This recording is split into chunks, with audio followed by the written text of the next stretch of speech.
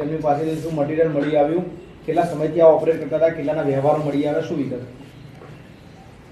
Gujarat police તરફથી હાલમાં જે સાયબર ક્રાઇમની પ્રવૃત્તિઓ આચરે છે અને આવી પ્રવૃત્તિઓ આચરવા માટે જે પોતાના એકાઉન્ટ જે છે એ ભાડા પેટે અથવા તો કમિશન પેટે જે આપે છે, તો આવા મ્યુલ એકાઉન્ટ વિરુદ્ધની અંદર કાયદેસરની કાર્યવાહી કરવા માટે ગુજરાત પોલીસ તરફથી સમગ્ર ગુજરાતમાં ઓપરેશન મ્યુલ હન્ટ જે છે એ લોન્ચ કરવામાં આવેલું છે.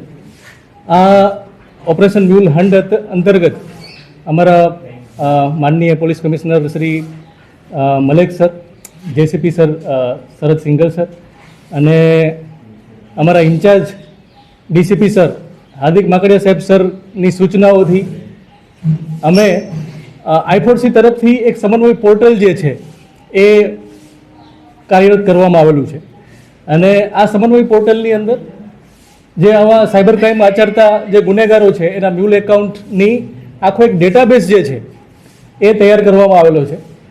એ ઉપરી અધિકારીઓની સૂચના મુજબ અમે આ સમન્વય પોર્ટલના મ્યુલ એકાઉન્ટનો ડેટાબેઝ જે છે એનો અમે ખૂબ જ ગહનતાથી અભ્યાસ અમારી ટીમ દ્વારા કરવામાં આવેલો અને એ અમારા વિશ્લેષણ એનાલિસિસ તરફથી સમન્વય પોર્ટલના એનાલિસિસ તરફથી અમને એવું જાણવા મળેલું કે એક બેંક એકાઉન્ટ છે, એક યસ બેંક છે અને એક ઉત્કર્ષ બેંક છે. એ બંને બેંક એકાઉન્ટ વિરુદ્ધમાં અલગ અલગ 5 સાયબર ક્રાઇમની ફરિયાદો જે છે ગુજરાત, પંજાબ, કેરાલા વગેરે જગ્યાઓએ સાયબર ક્રાઇમની ફરિયાદો નોંધાયેલી છે. આ હકીકતના આધારે અમે આ બંને એકાઉન્ટની માહિતી અમે અલગ અલગ બેંક પાસેથી અમે માંગેલી હતી. અમારી તપાસમાં એ આવ્યું કે આ જે બંને એકાઉન્ટ જે છે એ BFX ટ્રેડિંગના નામથી આ બંને એકાઉન્ટ જે છે એ ખોલવામાં આવેલા હતા અને આ બંને એકાઉન્ટ જે છે એમના પ્રોપરાઇટર તરીકે બ્રિજેશ પંચાલ અને ગિરીશ કોટેચા આ 2 વ્યક્તિઓ જે છે એમની માહિતી અમને મળી આવેલી હતી. અમે આ બેંકોની જે અમે બેંક સ્ટેટમેન્ટની ડિટેલ કઢાવી તો એમાં પણ યસ બેંક જે છે એની અંદર માત્ર 3 મહિનાની અંદર 4 કરોડ અને 77 લાખ જેટલા ટ્રાન્ઝેક્શનો આ શોર્ટ ટાઈમની અંદર અમને એમાં જણાયા હતા. તો આ હકીકતના આધારે અમે પ્રથમ દ્રષ્ટિએ આ બંને એકાઉન્ટો સાયબર ક્રાઇમની અંદર ઉપયોગમાં આવે છે એવું જણાઈ આવતું હતું. એટલે અમે આ બંને એકાઉન્ટ હોલ્ડરોને શોધી અમે જે છે બંને એકાઉન્ટ હોલ્ડરની પૂછપરછ કરી. જે આ એકાઉન્ટો બાબતે જે સાયબર ક્રાઇમના જે નાણાં જે જમા થતા હતા એ બાબતે કોઈ જ યોગ્ય પ્રત્યુત્તર જે છે એ લોકો પાઠવી નહોતા શક્યા અને એમની પૂછપરછની અંદર અમને વધારાની માહિતી એ મળી કે એમના નામે જ BFX ટ્રેડિંગ કંપનીના નામના બીજા જે એકાઉન્ટ એમને ખોલાવેલા છે 8 જેટલા એકાઉન્ટ, એમના વિરુદ્ધમાં 12 જેટલી સાયબર ક્રાઇમની ફરિયાદો અમારી તપાસમાં અમને મળી આવી. એ સિવાય ટ્રેડ બજાર એન્ટરપ્રાઇઝ કરીને એક પેઢી છે એ પણ આ બંને જ આરોપીઓના નામે છે. એના નામે પણ 6 જેટલી ફરિયાદો જે છે એ અમને મળી આવી. એ સિવાય ડેલ્ટા એન્ટરપ્રાઇઝ કરીને એક પેઢી આ લોકોએ બનાવેલી છે, એના નામે પણ અમને 2 સાયબર ક્રાઇમની ફરિયાદો જે છે એ અમને મળી આવેલી હતી. અને આ બંને જ બ્રિજેશ પંચાલ અને ગિરીશ કોટેચા એ બંનેના વ્યક્તિગત એકાઉન્ટ વિરુદ્ધમાં પણ એક સાયબર ક્રાઇમની ફરિયાદો જે છે એ અમને મળી આવી હતી. જેથી અમે આ બંને આરોપીઓની પૂછપરછ કરી. એમને એવું કીધું કે ભાઈ અમને એક જિગ્નેશ દલસાણિયા નામનો વ્યક્તિ જે છે એ અમારી ઓળખાણમાં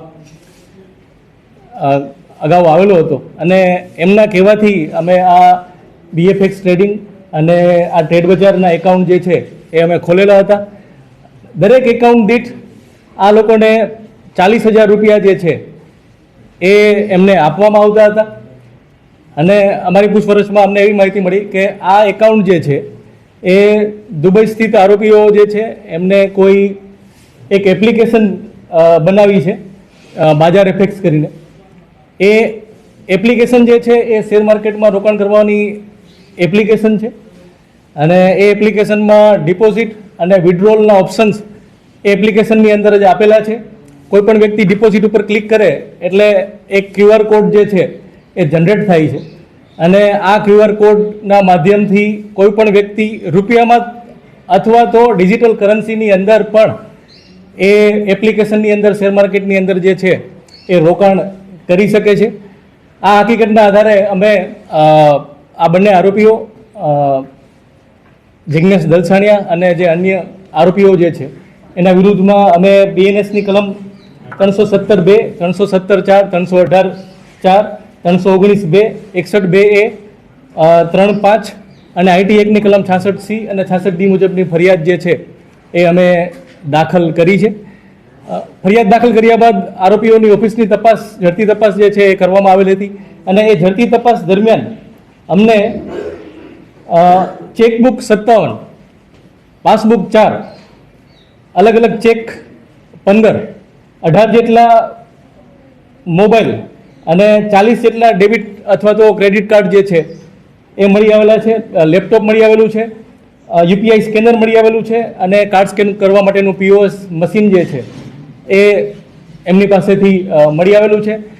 હાલમાં જે અમે તપાસ કરી છે તો આ લોકોના વિરુદ્ધમાં અલગ અલગ 21 એકાઉન્ટ એવા મળી આવેલા છે કે જેના વિરુદ્ધમાં આખા ભારતના અલગ અલગ રાજ્યોમાં 108 જેટલી સાયબર ક્રાઇમની ફરિયાદ જે છે એ નોંધાયેલી છે. એપ્લિકેશન જે છે એ દુબઈ સ્થિત આરોપીઓ ઉપયોગ કરે છે એની હાલ પૂરતી અમે તપાસમાં માહિતી મળી છે. અન્ય આરોપીઓને શોધવાની તજવીજ જે છે એ ચાલુ છે. હાલ પૂરતા જે આ બે આરોપીઓ જે છે એમની પૂછપરછમાં અમને એવી માહિતી મળી છે કે જે એપ્લિકેશનની અંદર જે પૈસા જે રોકાણ થાય છે એ એમના કહેવા મુજબ જે QR કોડ સ્કેન કરવામાં આવે છે એ જે QR કોડ સ્કેન થતા હતા એમાં એમના એકાઉન્ટ જે છે ફ્લેશ થતા હતા. એટલે આમના એકાઉન્ટ પણ યુઝ થતા હતા અને એ સિવાય બીજા પણ કોઈ લોકોના એકાઉન્ટ જે છે યુઝ થતા હશે એ આપણે તપાસની અંદર આગળ એ ખુલશે. અને એ પૈસા આવ્યા પછી દુબઈથી કોઈ માર્ક નામનો કોઈ વ્યક્તિ આરોપી જે છે એ આ આરોપીઓને જે એકાઉન્ટમાં જે વિગત એમને આપે એ એકાઉન્ટની અંદર આ પૈસા જે છે એ લોકો ટ્રાન્સફર કરતા હતા.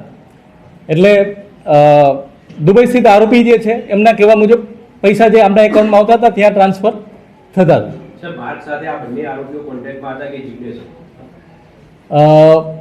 માર્ક સાથે માર્ક કોણ છે, શું છે એની માહિતી જિગ્નેશ દલસાણીયા આવે તો જ આપણને માહિતી મળે.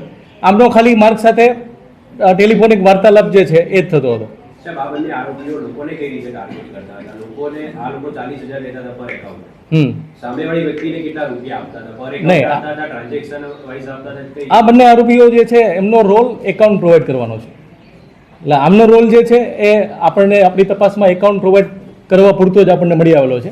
એ હાલમાં ફરિયાદીને વિક્ટીમને કઈ રીતના છેતરતા હતા એ રોલ હજી આપણી પાસે તપાસમાં એ બાકી છે.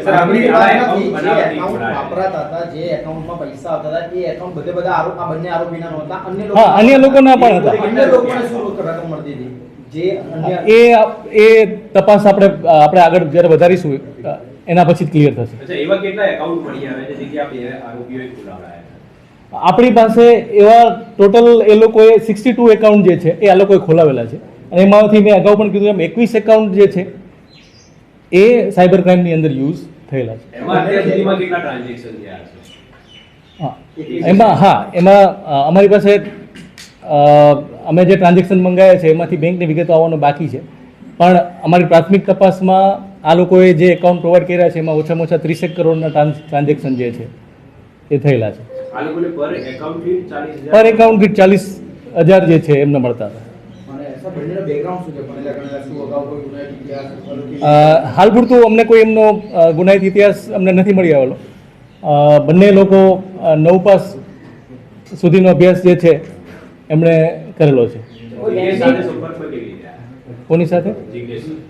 જિગ્નેશ જે છે એ ગિરીશ કોટેજા છે, એ જામનગરનો છે અને એ વર્ષો પહેલાં જિગ્નેશ જે છે એ પણ જામનગરમાં જ રહેતો હતો. એટલે વર્ષો પહેલાં એમનો એકબીજાનો સંપર્ક હતો જ.